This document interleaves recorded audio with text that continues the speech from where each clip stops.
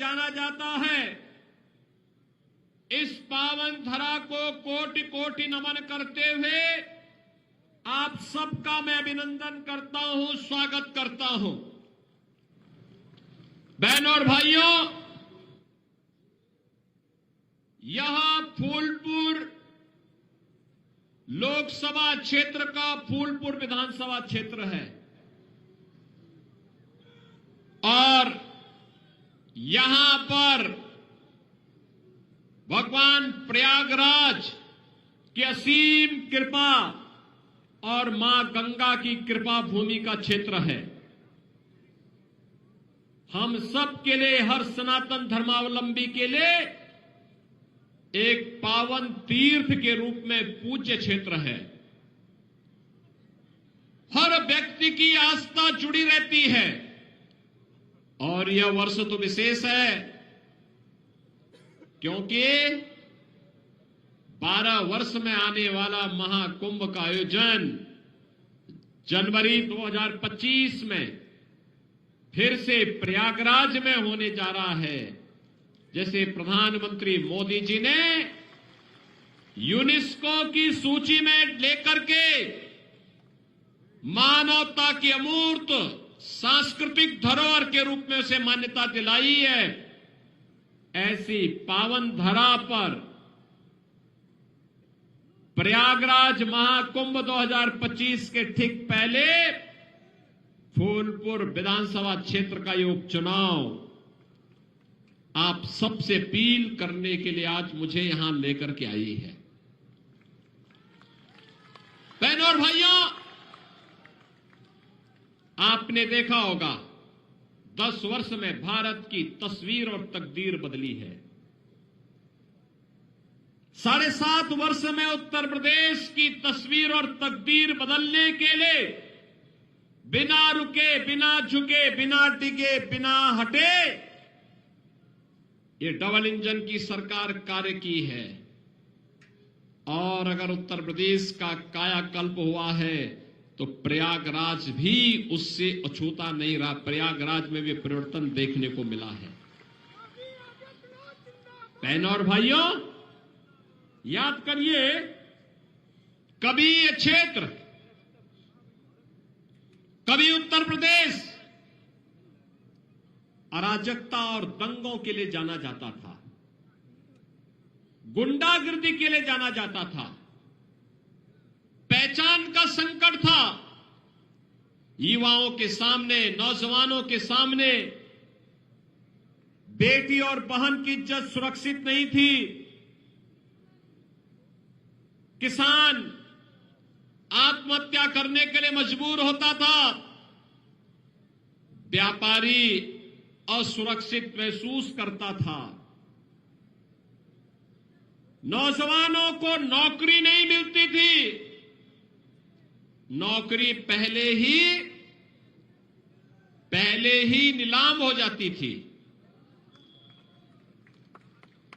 किसान शासन की किसी सुविधा का लाभ नहीं प्राप्त करता था। गरीब को राशन नहीं मिलता था। आप सोचिए, 10 वर्ष के अंदर मोदी जी ने देश के अंदर जो परिवर्तन करके दिखाया है, पिछले 7.5 वर्ष से उत्तर प्रदेश की जनता जनार्दन को भी इन योजनाओं का लाभ मिलना प्रारंभ हुआ। देश के अंदर 4 करोड़ गरीबों के मकान बने और अकेले उत्तर प्रदेश के अंदर 56 लाख गरीबों के एक मकान बन गए। देश के अंदर 12 करोड़ गरीबों के घर में एक शौचालय बना, तो उत्तर प्रदेश के अंदर 2 करोड़ 62 लाख गरीबों के घर में भी एक शौचालय बना। देश के अंदर 10 करोड़ गरीबों के घर में रसोई गैस का एक फ्री में कनेक्शन उपलब्ध आया। उत्तर प्रदेश में 1 करोड़ 86 लाख गरीबों को फ्री में रसोई गैस का कनेक्शन मिला और होली और दीपावली को फ्री में भरा हुआ सिलेंडर भी उन्हें मुफ्त में उपलब्ध हो रहा है। देश के अंदर 80 करोड़ लोग फ्री में राशन की सुविधा का लाभ प्राप्त कर रहे हैं। तो उत्तर प्रदेश में, बहनों और भाइयों, उत्तर प्रदेश में 15 करोड़ लोगों को इस सुविधा का लाभ प्रदान किया जा रहा है। इससे पहले ये पैसा कहां चला जाता था? इससे पहले पैसा कहां जाता था? स्वाभाविक रूप से सेफई घराने के पास चला जाता था। उनके जो कारिंदे थे उनके पास चला जाता था। ये पीडीए नहीं, ये प्रोडक्शन हाउस है दंगाइयों और अपराधियों का। इन लोगों ने, याद करिए, उत्तर प्रदेश का कोई ऐसा अपराधी नहीं, कोई ऐसा माफिया नहीं जो समाजवादी पार्टी का शागिर्द न हो। याद करिए, प्रयागराज का अतीक अहमद राव, गाजीपुर का मुख्तार अंसारी रहा हो, अंबेडकर नगर का खान मुबारक रहा हो, ये सभी के सभी समाजवादी पार्टी के प्रोडक्शन हाउस की ही उपस्थिति। बिजनेस पार्टनर थे लोग, एक साथ अपराध के लिए बिजनेस करते थे। ये समाजवादी पार्टी व समाजवादी पार्टी नहीं जिसके नाम पे भ्रम में डालते हैं। बहन और भाइयों, समाजवादी आंदोलन देश की आजादी के बाद देश के अंदर प्रारंभ हुआ था मूल्यों के लिए, आदर्शों के लिए। जयप्रकाश नारायण, डॉक्टर राम मनोहर लोहिया, आचार्य नरेंद्र देव, चंद्रशेखर जी, जनेश्वर मिश्रा जी, मोहन सिंह जी जैसे स्वनाम धन्य सोशलिस्ट और समाजवादी इस आंदोलन के साथ जुड़े थे, जिन्होंने लोकतंत्र के लिए काम किया, राजनीति की शुचिता के लिए आजीवन लड़ते रहे।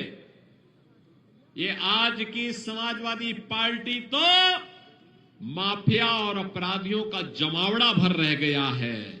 और इसीलिए तो प्रदेश के अंदर एक नारा निकल पड़ा है, देख सपाई बिटिया घबराई। देख सपाई बिटिया घबराई। यही तो अयोध्या में हुआ, यही कन्नौज में हुआ, यही लखनऊ में हुआ, यही हरदोई में इन लोगों ने किया। अब आप बताओ, क्या इसमें कार्रवाई नहीं करनी चाहिए थी क्या? आप मुझे बताओ, इनको बुरा लगता है, कहते हैं साहब कार्रवाई क्यों कर दी? हमने कभी इन अपराधियों को और इन माफियाओं के खिलाफ कार्रवाई नहीं करेंगे तो क्या करेंगे? बहन और भाइयों, ये वही माफिया और अपराधी हैं जो एक और 2006 में 2 विधायकों की निर्मम हत्या हुई थी। याद करिए, गाजीपुर में श्री कृष्णानंद राय की हत्या हुई थी। कृष्णानंद राय के साथ 7 लोग मारे गए थे, और में एक रमेश पटेल भी थे, एक रमेश यादव भी थे। ऐसे ही 7 लोग थे। निर्मम हत्या गोलियों से भून करके समाजवादी पार्टी के संरक्षण में पनपने वाले उस माफिया के इशारे पर उसके संरक्षण में यह हत्या हुई थी, जिसके मरने पर मरसिया पढ़ने के लिए समाजवादी पार्टी का मुखिया जाता है। बहन और भाइयों, याद करिए, राजूपाल की हत्या करने वाला कौन माफिया था? ये राजूपाल की हत्या करने वाला व्यक्ति इसी समाजवादी पार्टी के शागिर्द बनकर के प्रयागराज को बदनाम करता था। आप याद करिए, ये समाजवादी पार्टी, इसीलिए मैं कहता हूं, समाजवादी पार्टी का मतलब आज के दिन पर, समाजवादी पार्टी का मतलब प्रोडक्शन हाउस है। ये माफिया और अपराधियों का, हर दुर्दांत माफिया और अपराधी यहां से पैदा होते हैं, यहां से आगे बढ़ते हैं, पनपते हैं, और इनको अच्छे अच्छे ट्रेनर वहां पर इन लोगों ने पैदा करवाए हैं, रखे हैं। और इसीलिए मैं आपसे कहने के लिए आया हूं, बहनों और भाइयों, ये चुनाव केवल आज का चुनाव नहीं है, ये वर्तमान को तो संवारने का चुनाव है, लेकिन भविष्य बनाने का चुनाव भी है, भविष्य बनाने का चुनाव भी है। और उसी भविष्य को बनाने के लिए आज हम सब आपके पास आए हैं। मैं उसी भविष्य को बनाने की अपील करने के लिए आज आपके पास आया हूं। अभी मुझे यहां पर बताया गया, कछार क्षेत्र में हर वर्ष बरसात के दिनों में यहां पे हजारों बीघा लैंड जलमग्न होती है। अभी राकेश सचान जी मुझे बता रहे थे, बहनों और भाइयों, राकेश सचान जी ने बता दी है, तो मान के चलिए आपकी समस्या का समाधान हो गया है।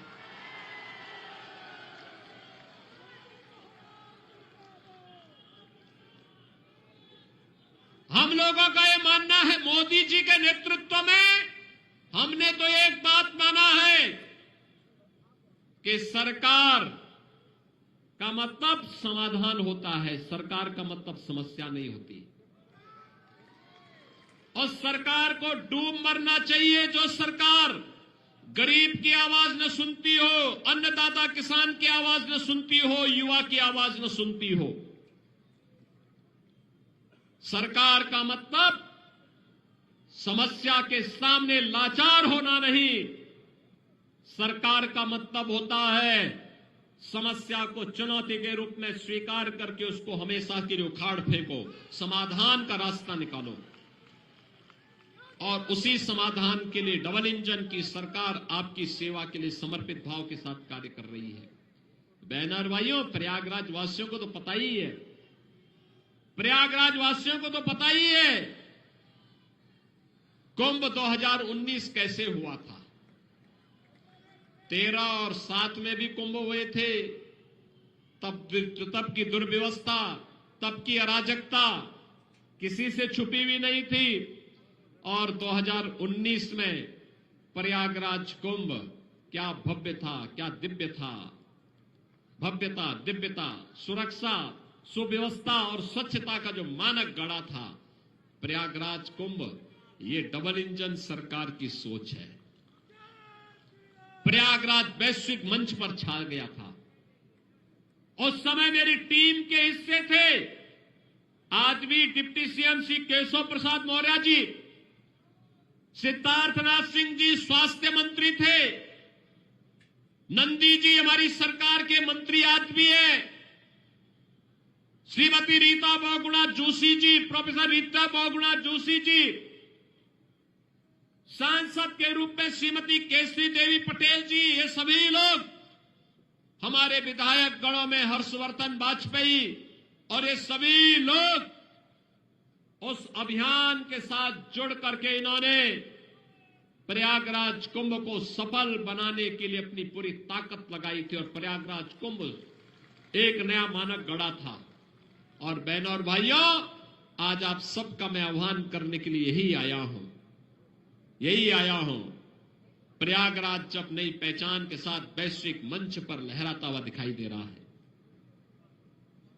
जब प्रयागराज कुंभ 2000 महाकुंभ 25 दस्तक दे चुका है, 13 जनवरी से 26 फरवरी तक ये महाआयोजन होने जा रहा है, तब एक युवा और जुझारू विधायक फूलपुर को मिलना ही चाहिए। और वह दीपक पटेल के रूप में भारतीय जनता पार्टी, अपना दल निषाद पार्टी, इन लोगों ने आपको दिया है।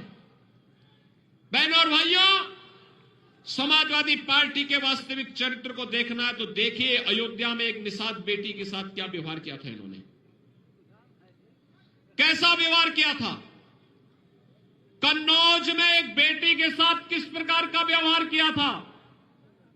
लखनऊ में एक बेटी के साथ जब भारी बरसात के कारण पूरी सड़कें जलमग्न हो गई थी, उस समय वह अपने परिवार के सदस्य के साथ बाइक से जा रही थी, इन सफाई गुंडों ने गिरा करके दुर्व्यवहार करने का प्रयास किया। और जब हमने कार्रवाई की तो ये सभी सफाई लाल पीले हो रहे थे।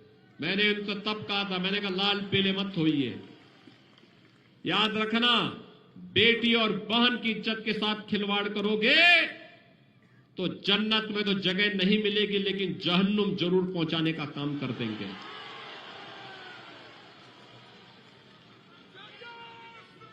बहनों और भाइयों, मैं इसीलिए आपसे कहने के लिए आज आया हूं, विकास और विरासत की गारंटी भाजपा दे रही है, सुरक्षा, समृद्धि और सुशासन की गारंटी भाजपा दे रही है, हर घर नल के माध्यम से शुद्ध पेयजल उपलब्ध कराने की गारंटी भाजपा दे रही है, और बाढ़ की समस्या का स्थायी समाधान भी भाजपा आपको देगी, उपलब्ध कराएगी।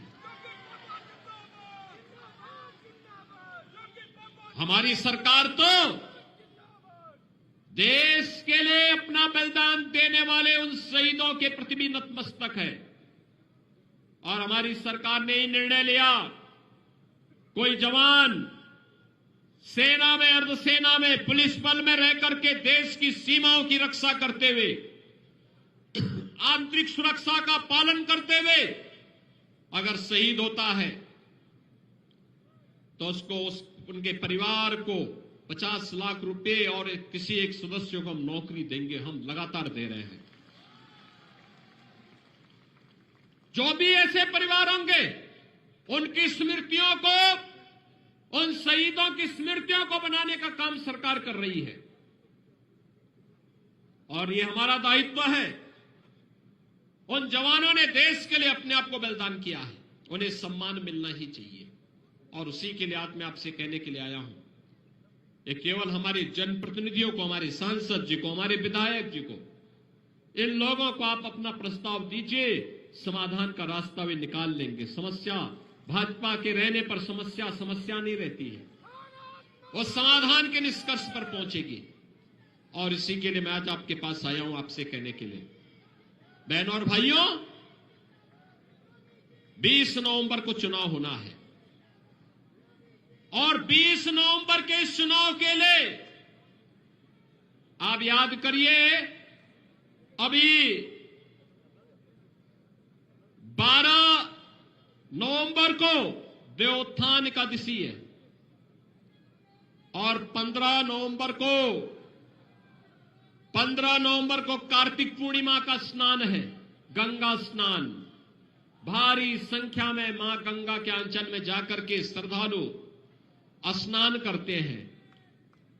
13 नवंबर को चुनाव जब 20 नवंबर को भारत निर्वाचन आयोग ने किया, तो समाजवादी पार्टी इसका भी विरोध की, यानी ये राम मंदिर का भी विरोध करते हैं, ये गंगा स्नान का भी विरोध करते हैं,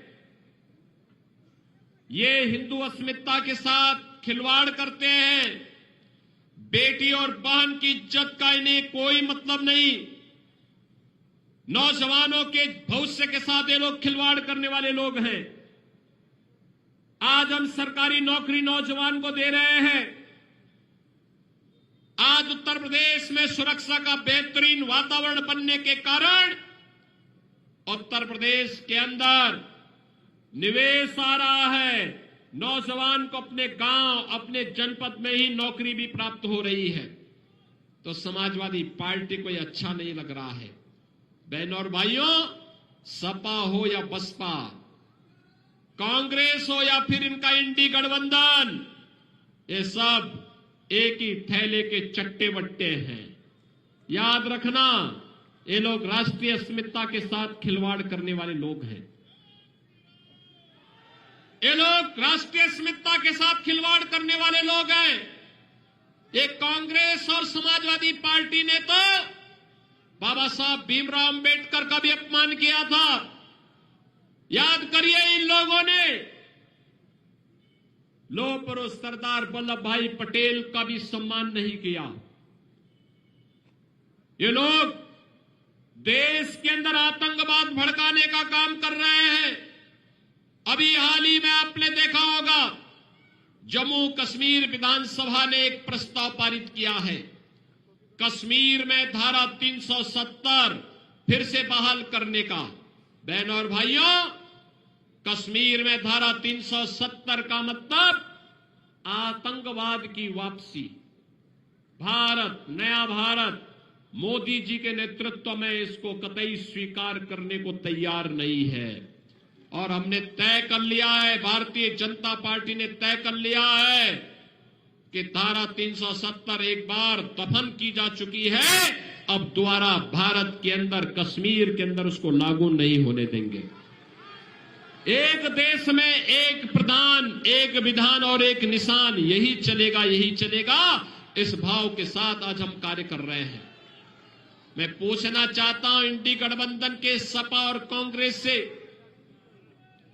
मैं पूछना चाहता हूं कि आखिर कश्मीर में धारा 370 लाना ये कांग्रेस की कौन सी मजबूरी है? ये जानते हुए भी कि आतंकवाद की जड़ है, तब भी ये लोग फैलाने का प्रयास कर रहे हैं। तो बहनों और भाइयों, इनके मंसूबे अच्छे नहीं। इससे पहले ये सफल हो, इन्हें बेनकाब किए जाने की आवश्यकता है। और इसीलिए आज आपके बीच हम लोग आए हैं कि बहनों और भाइयों, ये जो चुनाव है, ये चुनाव विकास और विरासत के लिए, सुरक्षा, समृद्धि और सुशासन के लिए एक युवा और जुझारू प्रत्याशी के रूप में से दीपक पटेल को भारतीय जनता पार्टी और एनडीए ने अपना प्रत्याशी बनाकर के आपके बीच उतारा है। आप सबका आशीर्वाद उन्हें प्राप्त होगा। दोनों हाथ ला करके, थोड़ा खड़ा करके, हाथ खड़ा करके मुझे अपनी जान से बुलाओ। सभी लोग सहमत हैं? इधर उधर पीछे सड़क के किनारे, घरों के ऊपर जो लोग खड़े हैं, चारों ओर मुझे बताओ, पहले दोनों हाथ ला करके दीपक पटेल को अपना आशीर्वाद देने के लिए क्या तैयार है?